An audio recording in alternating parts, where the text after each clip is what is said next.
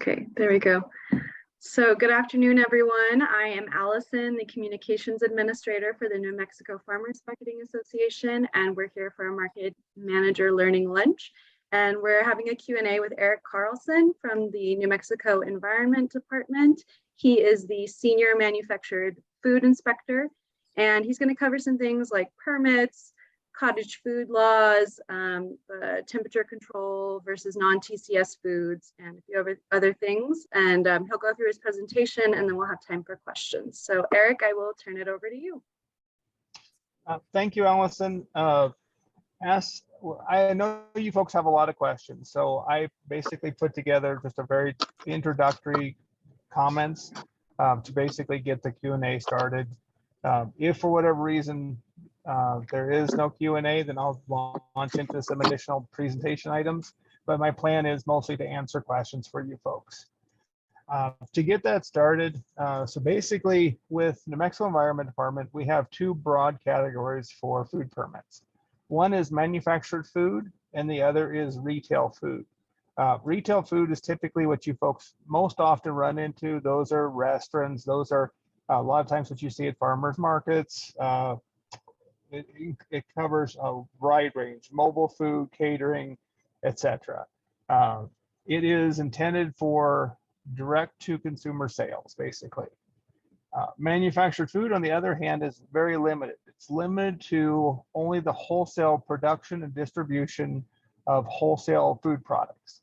So that's going to be basically sales to other businesses or you know, if you're going to like a food hub or something of that nature where you're storing the food until it's later distributed, that's where manufactured food would kick in. Now, with the retail permitting, that lends itself to the cottage food or food freedom, however you wish to refer to it. But basically, it is the production of food at home for direct-to-consumer sales. This came about, I believe it was last year with in 2021 with the I believe it's HB 177. But basically, it allows for the production of non-TCS foods at home for distribution to consumers for sale. Now, one of the things that takes in is that the food needs to be produced at home. It needs to be produced on a ranch, farm, homestead, what have you, but the food needs to be prepared at home. It can't be prepared at a restaurant. It can't be prepared at a shared kitchen or something of that nature. It has to be prepared at home. Second is this idea of non-TCS. Well, TCS stands for time temperature control for safety. That's a fancy way of saying it needs to be refrigerated for safety. If your ingredients, basically if it's non-TCS to begin with, during the process and then the finished product doesn't require refrigeration for safety, those are some of the limitations on what the products that you can produce under this home-based processing. And we'll just definitely discuss TCS and non-TCS here in a little bit, but the idea is that it is kind of like cookies and brownies and cakes, you know, that don't require refrigeration for safety. And then basically the last component is, well, last major component is it has to be sold directly to the consumer. So there's no wholesale distribution. It has to be going for basically sale to the consumer. Those are the three like major bullet points that kind of, I don't call them limitations. It's just that's what the product can be produced at under the food freedom or cottage food, however you wish to refer to it. Now, what I had mentioned with the TCS portion. So it can get complicated, right? TCS, non-TCS, typically, you know, we think of that as like the cakes, the brownies, the cookies that I mentioned. But there are other products, you know, I mean, sliced carrots or things of that nature that are also non-TCS that can be produced on that home-based processing. And the way that most often the way that determine what a product is TCS or not is to look at the ingredients and then look at the process. And if the process makes the ingredients potentially more hazardous during the processing. Let's see. I had a good example, but it just slipped my mind. But anyway, so basically, if you start with ingredients that are non-TCS, well, let's just take a salsa. So you have an uncooked fresh salsa, and you have carrots and what have you, tomatoes, etc. And once in the raw state, they are non-TCS. But during the process, when you start cutting the tomato and assembling the ingredients, then you're turning it into a TCS product, meaning it has to have refrigeration for safety, unless you do something to make it a safe product, either acidify it or add preservatives or something of that nature. But that's a process that you take a non-TCS product and you render it TCS in the production. So that would be something that would not be covered under home-based processing. Now, the example where I gave where cookies and carrots, or cookies and cakes and brownies, yes, those do start with things like butter and eggs and milk, but in the process, like, it's one continuous process. So it makes it a safe non-TCS product of either a bread or what have you. So that's where that is allowed, obviously, under the food freedom or cottage food or home-based processing, however you wish to refer to it. There are some requirements for the finished product, meaning once you produce a product under the home-based processing, you do have to label it, and you need to disclose that it is produced at a home as opposed to a regulated facility. There's some specific verbiage that needs to be included, and I'll read that as well. So on the label, it needs to say this product is home produced and is exempt from state licensing and inspection. This product may contain allergens. That's one of the specific verbiage that needs to be included on the label. Also, as part of the label, it needs to have the common name for the product if it's packaged, and the ingredients in descending order. And if you grab any commercially packaged product, you can see like a list of ingredients on the back, and the ingredients will be in descending order, meaning the largest ingredient would be first, and then it goes into the smaller ones. And then obviously, it's recommended if it has allergens to call those allergens out, obviously.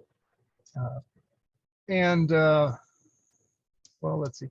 So for home-based processing, there's a wide range of methods by which you can actually sell the product.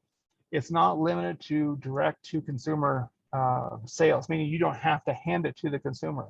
You can also do internet sales. You can have a delivery service deliver it to to the consumer. But the key is that it's going to that consumer as opposed to a warehouse or something of that nature, where then it becomes a wholesaling process. Now there are some additional requirements for those areas that are not covered under the Mexico Environment Department. That's like the city of Albuquerque or Bernalillo County. I'm only speaking basically to those areas that are covered under NMED and what have you. Those are kind of the topics I wanted to just kind of get the Q&A started with. I can dig deeper if we need to, but I figured that's a good way of starting your questions so that I can hopefully answer things that your folks are running into.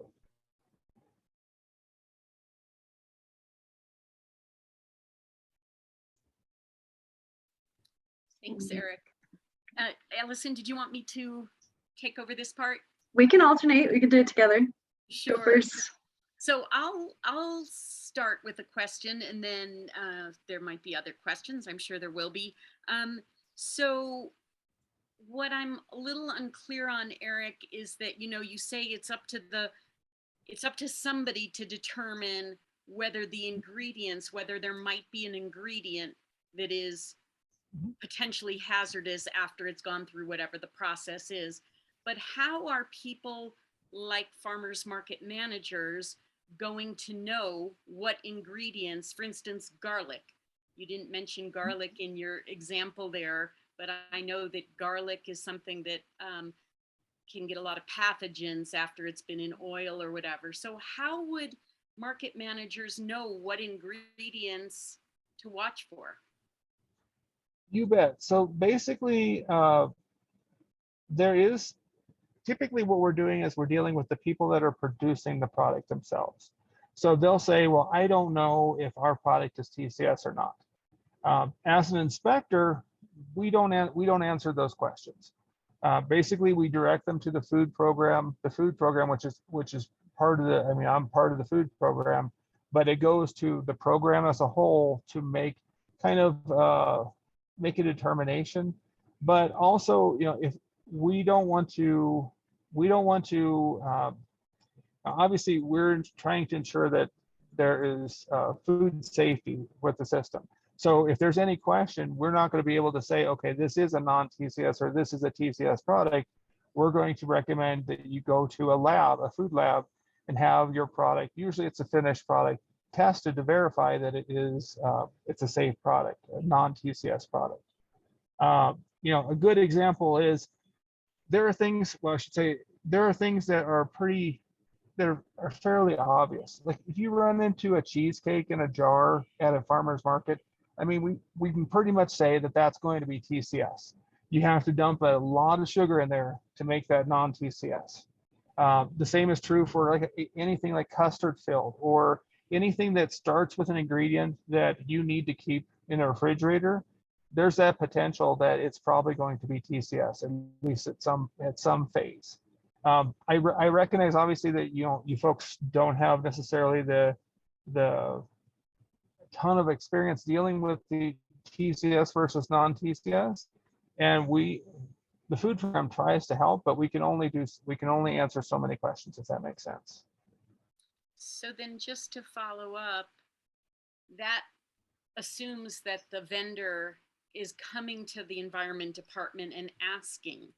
But if that vendor just shows up at the farmer's market with a product, mm-hmm. Is the environment department providing them with a certificate or anything? Like, how would a market manager know that the person has gone to the environment department? So typically, I would say that most folks don't come to the environment department to ask those questions, whether it's TCS or not. It's kind of part of the responsibility of the folks that are making that product, that they know what the ingredients are, whether they require refrigeration or not. So, it is, we recognize that it is, the folks are not always going to know every product whether it's TCS or non-TCS, but, it is a matter of,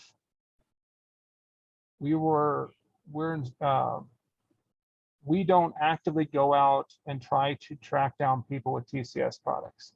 So we're not actively going out to farmers markets and saying, oh, this product is TCS or this product is not.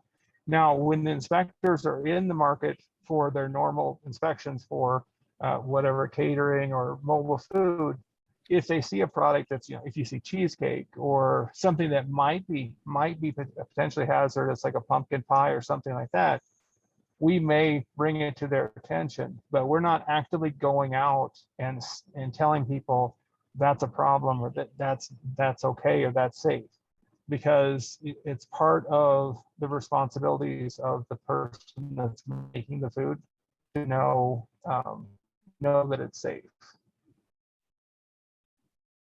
Okay, and I think there was Yep, and we have a question from, and I'm so sorry, Montoya, I don't know your first name. Is that Jackie? I can't remember her name. Last name is Colleen. Colleen, I knew that. I knew that. Okay, so Colleen had a question there that she put in the chat, and she said she's had people ask about selling popsicles, fresh pressed apple cider, and juices like lemonade and aqua frescas. I assume these are not covered under the Cottage Food Act. Is that correct, or can we allow these items at the farmer's market under the Cottage Food Act? So remember, the base ingredients need to be non-TCS. So in the case of a lemon or a lime lime juice, if they're making it at home and they're following the requirements of the food bill, then that's a product that I could see being allowed at a farmer's market. Basically, if it's a vegetable, if you're juicing a vegetable, that's going to be most likely TCS. If you're going to be juicing a fruit tends to have a high amount of acid, so a low pH. So that would be most often is a non-TCS product. Bananas are the exception. There are always exceptions, but bananas are an exception where obviously most folks don't juice bananas, but it's if you're adding products into like a smoothie, like if you're adding spinach or watermelon or cantaloupe or things like that, those are obviously products that do require refrigeration. So those would not be eligible for the home-based processing. But to answer your question, it depends on the ingredients going into that process. Good examples of TCS products for juices, as I mentioned, are basically any vegetable, melons, cantaloupe, watermelon, honeydew. Let's see what else. I can't think of any off the top of my head, but basically, if it's a fruit juice, it tends to be a non-TCS. Where if it's a vegetable, it tends to be TCS. Did that answer the whole question? I think there was a couple parts to it. I want to make sure I didn't miss anything. Kind of. What about the people that ask to sell fresh pressed apple cider? So apples are typically non-TCS. So they have, and this is where a lot of times customers, citizens can kind of do their own research, where if you ask Google, what is the pH of an apple? Or is an apple TCS or non-TCS? A lot of times you'll get an answer. And it helps make the process go smoother if you do the research yourself. And the other thing is, I do want to circle back around to is we have excellent food labs in the state, because NMSU and UNM, I'm not like basically calling them out and saying that go there, but they have excellent food safety labs that you can contact them and have them do some testing on your product, because testing is what actually, that's going to help you determine really what the actual answer is going to be. We can say we think this or we think that, but a lot of times it falls to actual test to figure out what that determination is. Okay, because I was under the impression that the apple juice had to be pasteurized in order for it to be sold in Bernalillo County. Once again, I can't speak to Bernalillo. I can only speak to those areas that are covered under NMED. Okay. Now, and one of those things, I'm not going to. I hate to do a two-step, but there is juicing is a process that is high risk by its very nature. And with the FDA, they actually have specific requirements for juicing, and that's that pasteurization that you had mentioned. So it's something where if you're looking at non-TCS ingredients, and those are all the ingredients going in, then most likely it's going to be allowed under the cottage food. But how about this? How about I take that? Let me confirm that with the food program to make sure we haven't made a determination that is TCS regardless of pH. Okay. Thank you. And then once again, I apologize. I don't mean to two-step, because that's not the intent. It's just when we deal with, we still are fleshing this out at times too, because when you're dealing with something that is high risk, but the process or the ingredients are still non-TCS, we're still fleshing it out. All right. George, I don't think you have your hand up. You still do? I have a baker that is bringing cookies to market. and she's thinking about opening up a store to do her cooking in. Okay. Will this take her out of the process of being a baker that can sell at our market? Well, it doesn't necessarily take her out of the ability to sell at your markets. It does take her out of the ability to do it without a permit. Now, if when you go to a location that's not a home, a farm, or ranch, those are the areas that are covered under the food freedom bill, or cottage food, however you want to refer to it. If you go to a commercial facility, a commercial site, and you're producing, you need to go through some type of review process. It doesn't necessarily mean that you're going to have to get an annual inspection. A lot of times will have cookies or brownies or what have you. They'll go do it at a shared kitchen. They don't necessarily need to have a permit, but they do have to go through a review process. They have to let us know that they're producing there. So basically, you submit an application just like you would for any other product. The inspector would review it, ensure that there's sanitary production. Basically, you have the facility and the equipment and the ability to produce a safe product. And then we may choose to issue what's called a priority 2 letter, a P2 letter, which means that due to the product you're producing, you don't need annual inspections, but you still need to let us know you're doing it, if that makes sense. And so in your scenario, if you go to a location that's not part of your home, then yes, you have to do something other than basically not informing us. If that makes any sense. It's all up in the air. It's a confusing type situation. She does produce. I went and I looked at her process that she was doing at her home. That's part of what I do. Mhm. And I'll tell you what, I couldn't be in any cleaner a situation as what she has. So she's going to open up not a restaurant, but a remote area to cook, which will be inspected according to her. And I was just wondering if that would still make her allowable to sell at a market, because it would be a produced item rather than a produced item by a wholesaler, I guess you would call it, rather than a home product. Maybe that would be better answered by Denise. I don't know.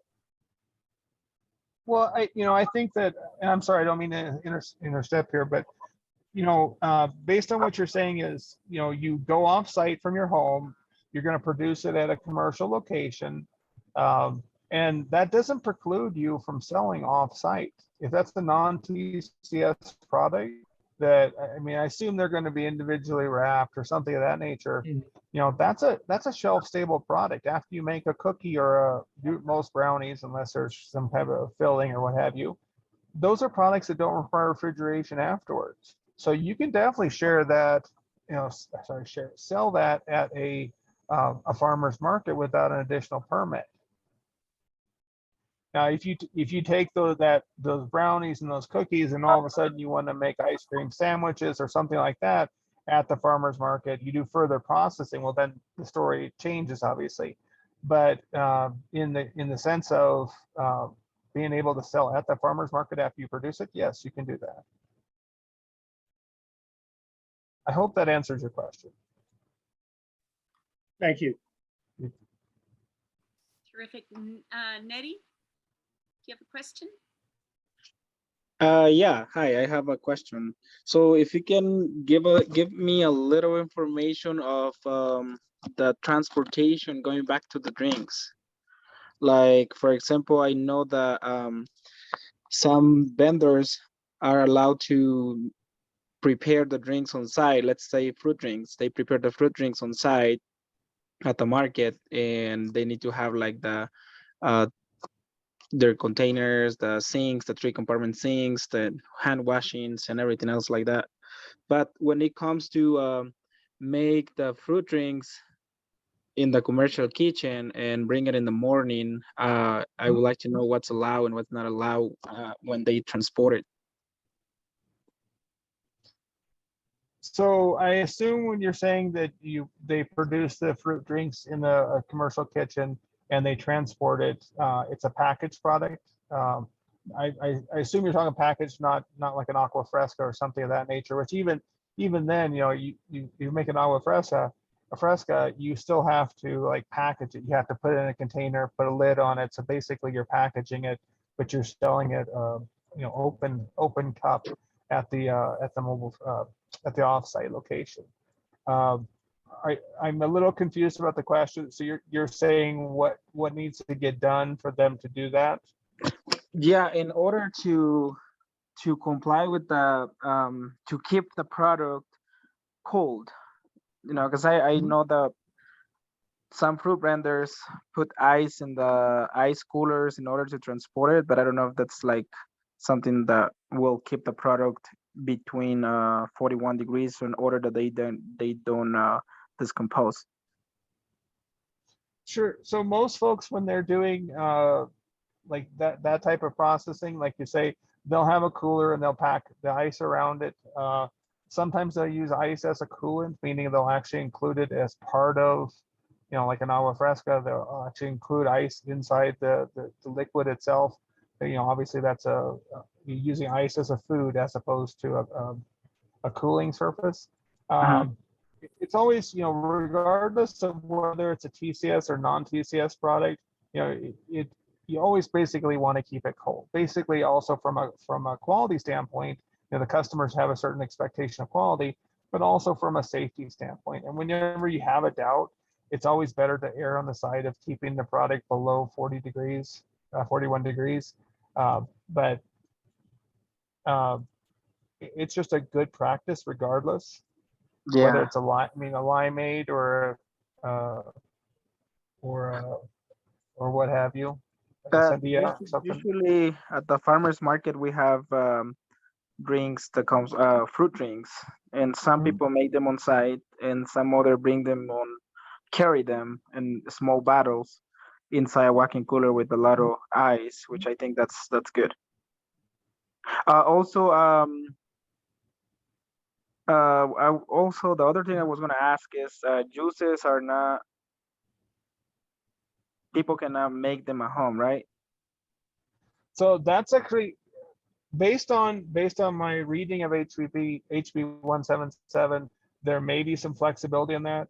I am actually, like I mentioned, I'm going to do a little bit of two-step and say I'm going to take that back to the food program and verify. And that, because that's something that there is definitely high risk associated with it, and I want to make sure that I get the right answer for that. Okay, cool, thank you. Once again, I can't speak to what Bernalillo, City of Albuquerque, I think even some of the tribal lands, what they require. That's outside of my scope. And just for a little clarification there, I think at least from what I know of Albuquerque and Bernalillo County, it's because they actually, at least in the past, had stricter rules, like, right? So if a county or a municipality, the state's rules are the minimum, but some counties have, or municipalities can have more strict rules. Is that right? And there is verbiage in HB 177 that speaks to that. But since it's outside of my scope, I don't pay much attention to it, since I'm not part of those areas. But and this is one of the things that it's worth mentioning, that even though you have a product that is non-TCS, that doesn't mean that there's not the potential for a hazard. That doesn't mean that there's not that potential for something to go wrong. And one of the things that a lot of people in FDA and other places have told me is, just because you can do it without a permit doesn't mean that there's that bad things can't happen from it. So I mentioned that just in passing. Thanks, Eric. And Donna. I think, please. Go ahead. I was No, going to say. all I was gonna say is I think we're all on the same page on something like that sometimes. So, but Donna, please, I'm sorry I didn't interrupt you. Yeah, so kind of following, she had put it in the chat there.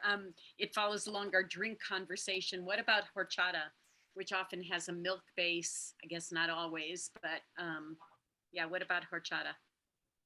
So what I would reference is if we go back to kind of our mobile food, you know, what folks often do horchata on mobile food units, and there are, you know, horchata is basically made with a cooked rice. So when you cook rice, that's a TCS product. So if you're making a traditional horchata, then I would say no, that's pretty clearly TCS. Now, if there's a powdered product, we would have to evaluate it. I say that as an active role, but that's not necessarily the case. But it's something that I would say that needs to be determined, I should say, for a powdered horchata. So I kind of have a general question, Eric. It used to be before this cottage industry law that the market managers were really the gatekeepers, right? Like they had to check that that their vendors were, you know, had a permit, etc. But if I'm understanding you right, now they're really kind of relieved from that duty. Is that correct? I mean, are they still supposed to? I know you said the responsibility is on the vendor ultimately, but does the market manager, should they be going around and looking at or is the market manager mostly responsible for making sure there is a label? Can you find where the market manager responsibility really, where that line is? You bet. I understand your question. I don't think it's a question that I can respond to be honest, because you know, I can just speak to what the bill says and kind of our role. Once again, I'm not trying to two-step here. That's a question that I don't think I can answer. Okay, fair enough. What? You know, Yeah. I totally understand where you're coming from, and I have maybe my own opinion, but that doesn't mean that it's answerable. Right. Okay. Well, that is good to know because I know it's been something that we really tried so hard to train the market managers about because it was a much more clear, there was a more clear line, right? They either had a permit, even if they produced it at home, they had a permit. And so it was really, there was less gray area, I guess. So, you know, and this is where I do recognize that potentially, you know, with farmers markets and whatnot, it was easier because if they had a home-based processor permit or something of that nature, then you know, it to some extent it made your life easier. But it's also a matter of really not a lot has changed in terms of the products that can be produced on a home-based processor permit. They were non-TCS back prior to 2021, and you know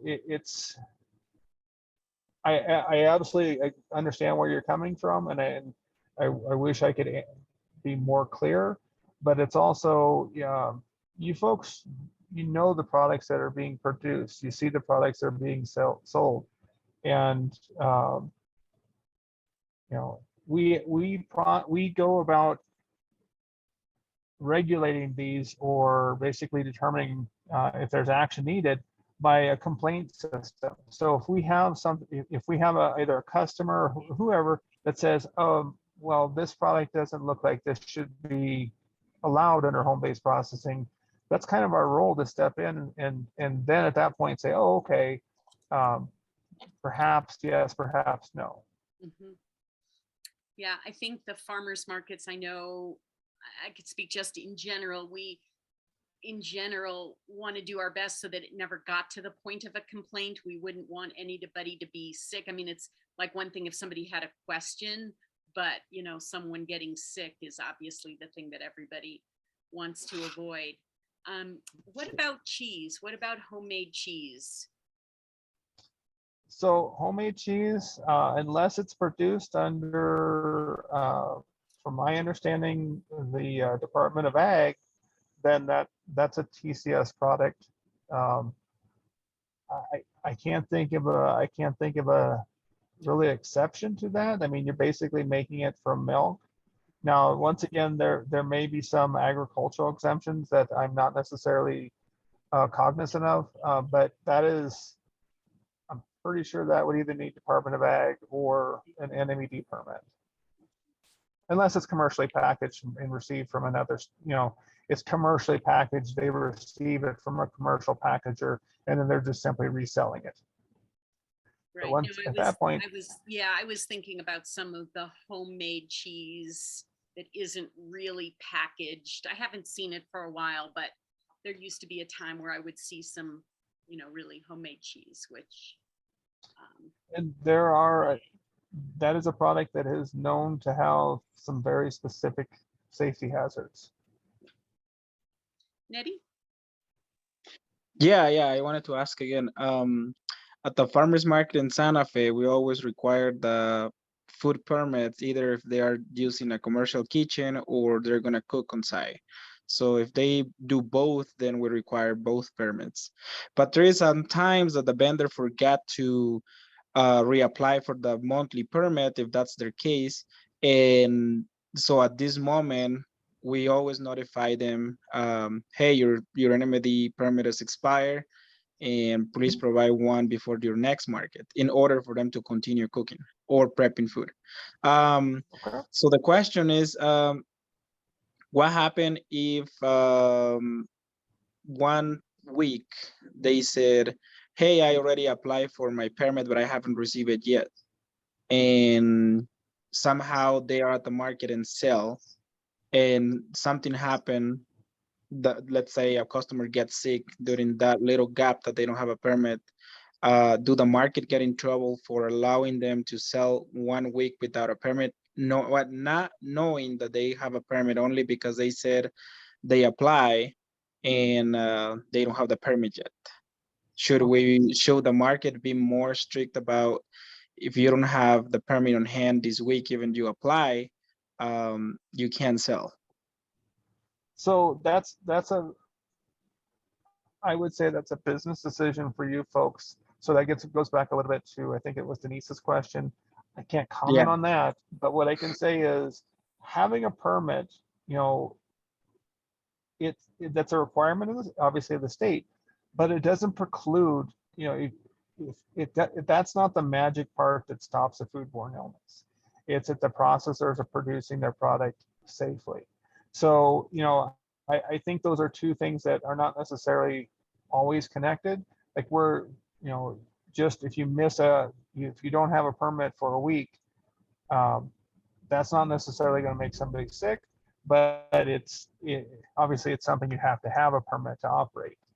Yeah. I hope that answers your question.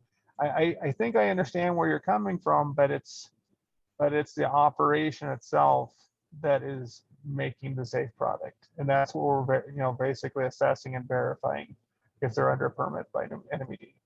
Okay. Thank you. Did that kind of, I want to make sure I answer your question, but that's where I kind of, I think we're on the same page.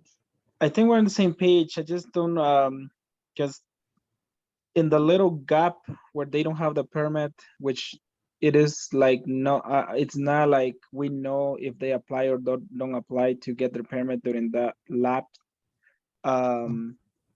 Like hopefully nothing happened in the lab, but then if something happened, we as the business, we don't gonna get in trouble with the customers, like since the product came from the farmers market.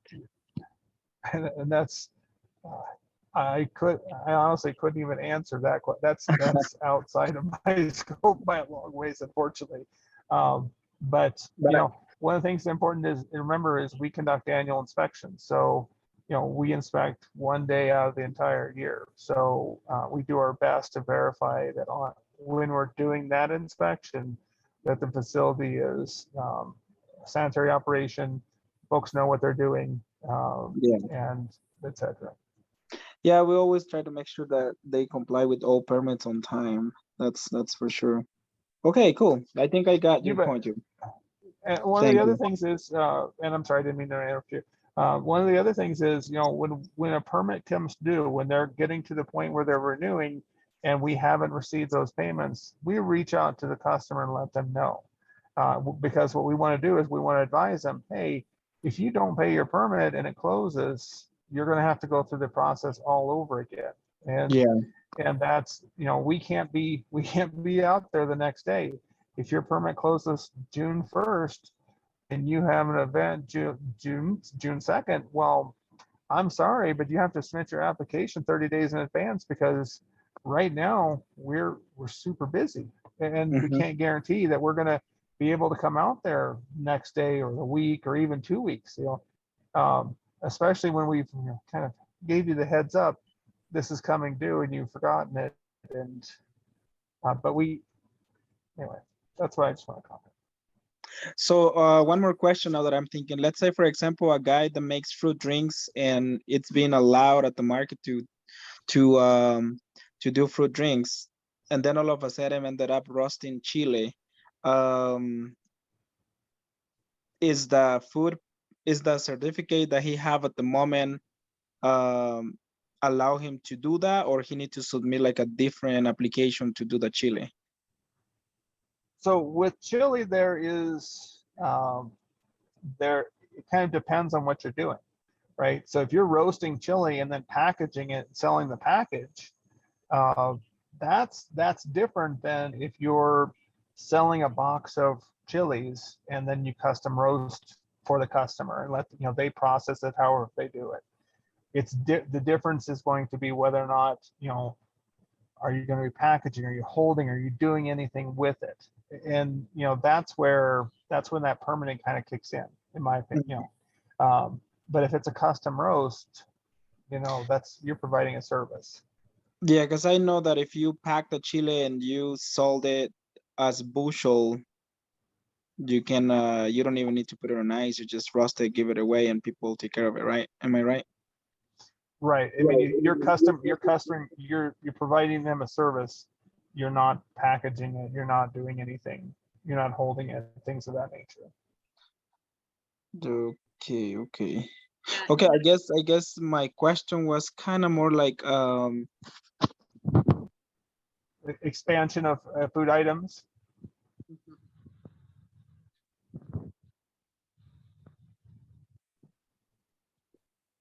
Did I lose you folks? Nope, we can hear Oh, you. okay. Sorry. No, that's okay. I think Nettie, I don't know if Nettie maybe I think he was saying if a vendor applied for a permit for one thing, but then they also had hadn't started to sell something different, would the permit for the Okay. first thing cover their second different item? Okay. So that answer, I would say it depends, right? So if you're a coffee shop, if you have a permit to be doing basically coffee, espressos, things like that, and then all of a sudden you want to set up for uh, Maria or something of that nature, then there's a big difference. Your products are significantly different than what you were approved for. So that's where you want to have that conversation with your inspector saying, hey, I'm going to be expanding. What do I, you know, what should I do? This is the equipment I have, etc.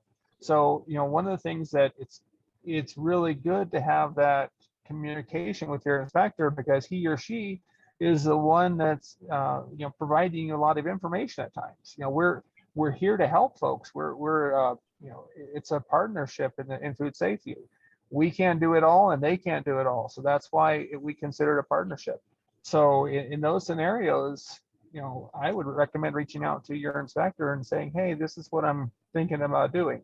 Now, if you're all of a sudden adding sourdough bread or something of that nature, or I shouldn't say sourdough, that's a bad example, but say you're doing like a rye bread and then now you want to do a yeast bread, well, that process is fairly similar. So there's not really a significant difference. And I understand, I do recognize that there's a little bit of a gray area where we talk about some of these things, but it's just the nature of food covers so much. It covers that, folks don't realize just how wide, it's not naive to say, it's just there's a wide range of food products.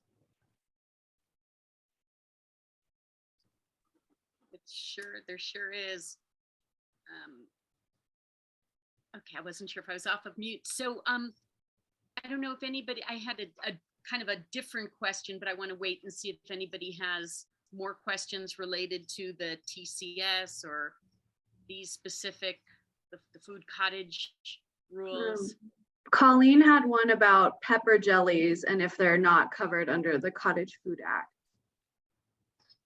So one of the things with pepper jelly is peppers are TC, when you cook a pepper, it's TCS. So it's a vegetable, remember?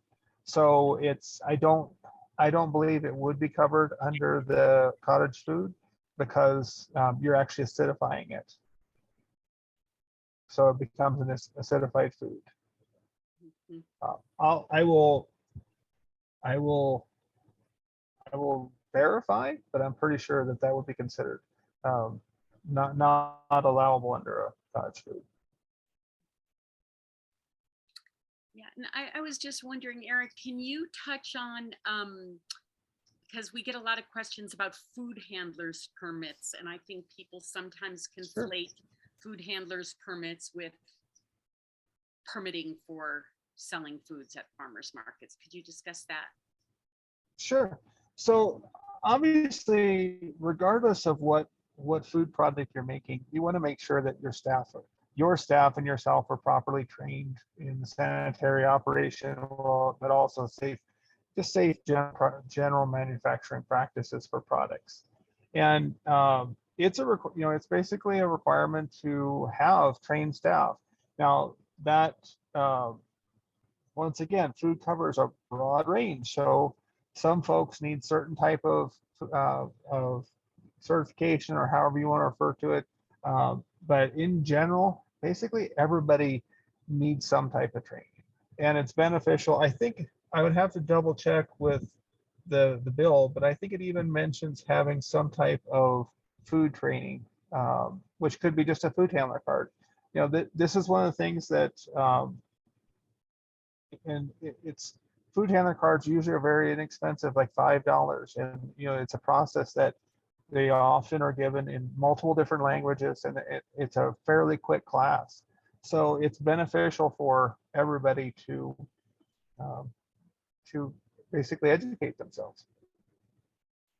But in terms of which permits need which food handling, is that the specific question? Yeah, Okay. just whether a food handler's permit would replace any other permit. So no, a food handler permit does not replace permitting. It's at times it's required, and that's kind of an add-on to the permit. But it in and of itself, it's not a permit to operate. Sorry, I misunderstood. That's all good. Other questions from folks? Donna asked about jerky being under the Cottage Food Act. And then I got a question in our email from someone else who was asking about frozen food. And she didn't specify what kind of frozen food, but she just wanted to know if she could sell frozen food at her market. So jerky is not covered under home-based processing. That has not been covered prior to 2001. And it's not covered now. And for the frozen food, going back to jerky, typically if it's going to be done for sold direct to customer, then that would be an NMED permit, just a general food permit. If it's done for wholesale, then that's when the USDA gets involved. We also have a permit requirement, but that's where you have federal inspection as well. So most of the time that's direct to customer. In regards to frozen products, I guess I would say that if it's commercially processed and it would not require a permit, once again, safe handling still would take effect. I mean, if you think of a grocery store, we don't necessarily permit the grocery portion of a grocery store. We'll permit the open food portion, the delis, the meat markets, etc. But we don't actually issue permits for the retail portion. Same as a convenience store that doesn't, that just has bottled milk and eggs and such. We don't issue permits for that as well. But without a little more clarity in terms of what that means, I would have difficulty giving you exact answer, if that makes sense. It does. Oh, sorry. Yes, it does. And I think the second part of her question was like, I don't really even know where to start to get information. She said she was looking at the FDA website. Where would you send someone to look? So that's where your local district office would be an excellent source of information for you. If you're wanting to do wholesale distribution, obviously that's the food program, that's us. But if it's going to be direct to customer, then that's reach out to your local branch, and we'll give you as much information as we can. And on your website, Eric, is it pretty easy to find all the local branches? I haven't been on the website for a while. It should be. Just wanted to let you know my computer went from full charge to empty really quick. So if I lose you, I'll hop back on my phone. But it's just okay. so you know, we're just about at 1 o'clock, so your computer must know what time it is. So I think we're okay on that end. Yeah. Any last questions for Eric while he's here? I wanted to ask a question about like the canned vegetables, like home canning. That requires a permit too, right? it does. Okay. No acidification, no home canning. Those would definitely not fall under home-based processing. One more question on the labeling. I know we do everything that you mentioned before. Do we need to put the name, the address, and the email on there also on the labels? Yes. Okay. There's some specific items listed on the bill, and what I'll do is I'll send you folks. I'll send Allison some information to convey. But yes, that's part of the requirement. That's great. Would you also send Allison the that line that you read? This product is home produced. Oh yeah. And that'd be You great. bet. You bet. Okay, that'd be very helpful.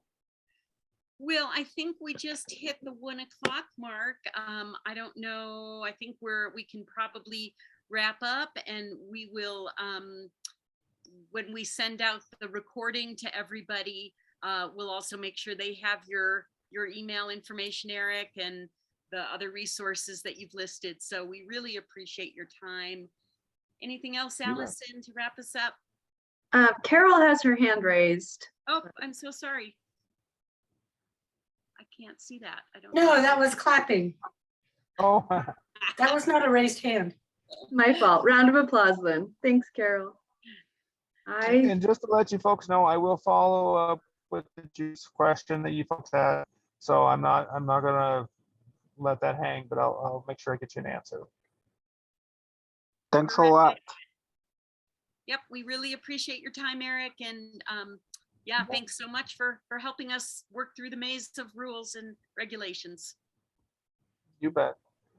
Have a good day, folks. Thank you all. Bye. Good to see everybody. Thank you.